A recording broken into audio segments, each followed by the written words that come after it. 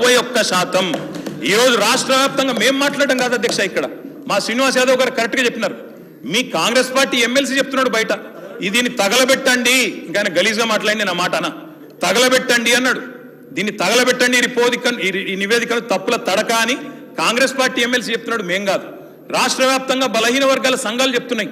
ఏమని చెప్తున్నాయి అధ్యక్ష? సమగ్ర కుటుంబ సర్వేలో 1,85,61,000 ఉన్న బీసీలు ఎట్లా 1,64,64,00,000 తగ్గినరు, 51% 46% ఎట్లయిందని అడుగుతున్నారు. శంకరన్న కూడా అదే అడిగింది కదా అధ్యక్ష, తప్పేం అడిగిండు? ఇక్కడ శంకరన్న ఒక్కడే అడుగుతలేడు అధ్యక్ష, బయట మీ కాంగ్రెస్ పార్టీ ఎమ్మెల్సీ మాట్లాడుతున్నాడు. మీరిచ్చిన స్టేట్మెంట్ను, మీరిచ్చిన నివేదికను తగలబెట్టమని చెప్పిండు అధ్యక్ష, మామూలు కాదు. ఇంకొక మాట అధ్యక్ష, మేము అనుకున్నాం అధ్యక్ష, శాసనసభ సమావేశం ప్రత్యేకంగా పెడితే ఇవాళ ఏం చెప్పినారు మీరు కొత్తగా? మీరు చెప్పింది ఈరోజు చెప్పింది మొన్న ఉత్తమ్ కుమార్ రెడ్డి బయట ప్రెస్లే చెప్పింది. ఆయన ఉత్తమ్ కుమార్ రెడ్డి గారు సబ్ కమిటీ చైర్మన్గా ప్రెస్ మీట్లో ఇవాళ మీరు చెప్పిన లెక్కలని మొన్ననే చెప్పిండ్రు. ఎందుకు పెట్టిండ్రు మీరు? ఇవాళ మేమేమనుకున్నాం, 42% రిజర్వేషన్ ఇవ్వడానికి చట్టబద్ధత కల్పిస్తూ బిల్లు తెస్తారనుకున్నాం. లేదా మీరు చెప్పినట్టు 56% బీసీలు ఉంటే ఆ 56% బీసీలకు బీసీ సప్లాన్ చేస్తారేమో అనుకున్నాం. ఏమీ లేకుండా ఇలా వచ్చి ఒక స్టేట్మెంట్ ఇక్కడ పెట్టి ఏదో సాధించిన చరిత్ర అంటే అధ్యక్ష 5% బీసీ జనాభా. అధ్యక్ష, గౌరవ సభ్యులు 9.5 ఏళ్ళు విన్నారే ఒకరు, అరే వినగాదనే వినగా చెప్పినా బ్రో. మేము సబ్ కమిటీ చైర్మన్గా ప్రజల ముందు ఉంచినాము. దానికి న్యాయపరంగా శాసనసభలో ప్రజాస్వామిక విలువలుగానే శాసనసభలో ప్రభుత్వం తరఫున పెట్టినాము. మీరు ఇట్లప్పుడన్నా మీరు వెబ్సైట్లో పెట్టామని చెప్పి మీరు ఊరికేనే మాట్లాడదు. ఎవరికైనా వెబ్సైట్లో అందుబాటులో ఉండని ఆ ప్రభుత్వం మీరు దాని తదుపరి లేకపోతే ప్రభుత్వం ఆనాడు ఉన్న అధికారులు ఇవ్వాలని ఉన్న అధికారులు కదా స్టేట్మెంట్ ఇప్పారు. ఎప్పుడైనా ఎస్కేఎస్ సర్వే పబ్లిక్ డొమైన్లా చట్టబద్ధత కలిగి ఉండేదా దాని గురించి మాట్లాడేటువంటి సందర్భం అవసరం లేదా? 2011 జనగణన ఆనాడు బీసీలది లేదు, బీసీలకు సంబంధించిన జనగణన చేయాలని అందరి ఆలోచన జరిగింది. దానికి సంబంధించి సర్వేలు సహకరించకుండా దీని గురించి మాట్లాడితే దానికి అర్థమే లేదు. నేనేమంటున్నా, ఎవరైనా ఒకవేళ ఆయా వారి గౌరవ ముఖ్యమంత్రి ఆనాడు అభిప్రాయం చెప్పుంటే మీరు ఇలా కూడా అదే అభిప్రాయంతో ఉన్నారో చెప్పండి. ఇలా జరుగుతున్న కార్యక్రమానికి మీరు ఏం మాట్లాడదలుచుకున్నారు? బలహీన వర్గాలకు సంబంధించి మీరు ఎస్కే సర్వే చేసిన అన్నారు, ఏం మార్పులు తెచ్చినారు, ఏం స్కీమ్స్ తీసుకొచ్చినారు, ఎవరికి బలహీన వర్గాలకు న్యాయం జరిగే కార్యక్రమం తీసుకున్నారు మీరు. ఇలా మేము కమిటీ చైర్మన్ ఉత్తమ్ కుమార్ రెడ్డి గారి గురించి బహిరంగంగా ప్రజల ముందు ఇచ్చినాం. ఇవాళ సభలో వస్తా ఉన్నాం. 42% రిజర్వేషన్ల కొరకు చట్టబద్ధత తీసుకొచ్చి కొట్లాడదాం. బరాబరి మేము పారిపోతూ ఉండలేం. 42% పార్టీ పరంగా అడుగుతా ఉన్నాం. ఇక్కడ కూడా న్యాయబద్ధంగా చట్టబద్ధంగా పెట్టాలనే ఆలోచనతోనే ఉన్నాం కదా. ఇలా మేము ఎరగబోదలేం కదా. మార్గదర్శకత రోడ్ మ్యాప్ ఇవ్వని అడుగుతుంటే రాజకీయం చేయడానికి ఉపయోగించుకుంటే వెళ్ళాము. ఎట్లీస్ట్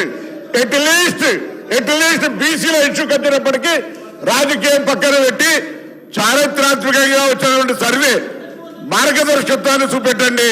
బలహీన వర్గాలకు రోడ్ మ్యాప్ ఇచ్చే విధంగా రాజకీయ పార్టీలు వ్యవహారం చేయాలని ఆకాంక్షిస్తాం. అధ్యక్ష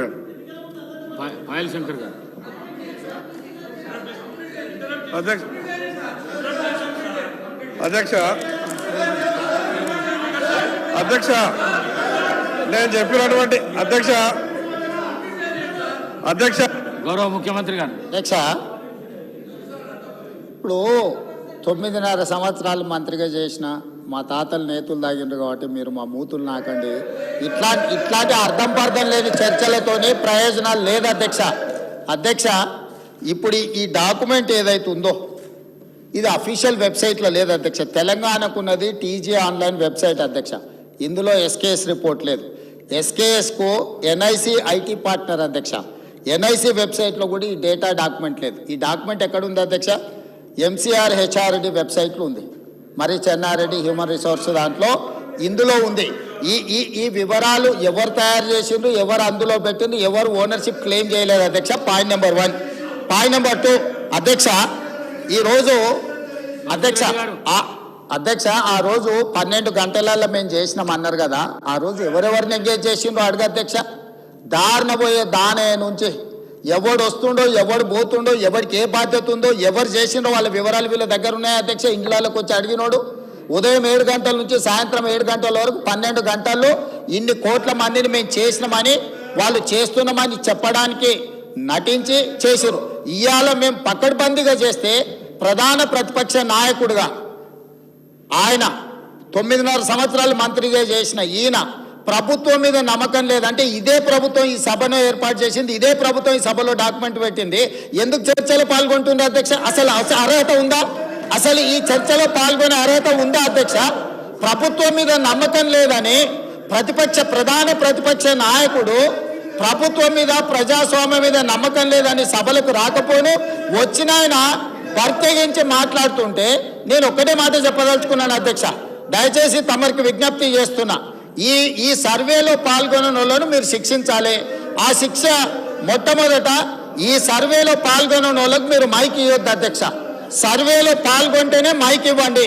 దయచేసి ఎవరైతే ఈ సర్వేలో పాల్గొనలేదో, ఈ సభలో మాట్లాడే అర్హత లేదు, వాళ్ళకు దయచేసి తమరు మైక్ ఇవ్వద్దని అందరి సభ్యుల తరఫున నేను మీకు విజ్ఞప్తి చేస్తున్నా అధ్యక్ష.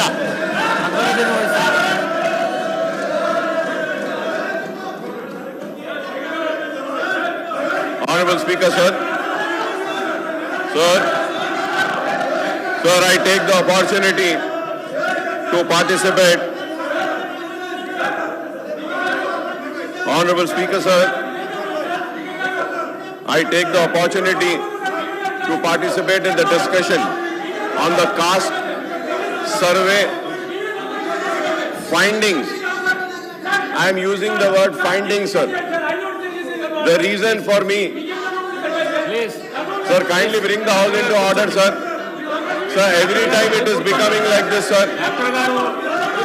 Sir, please allow us to speak, sir. Sir, I am using the word findings, sir. Findings which are mentioned in the statement tabled and spoken by the Honorable Leader of the House, Honorable Chief Minister, sir.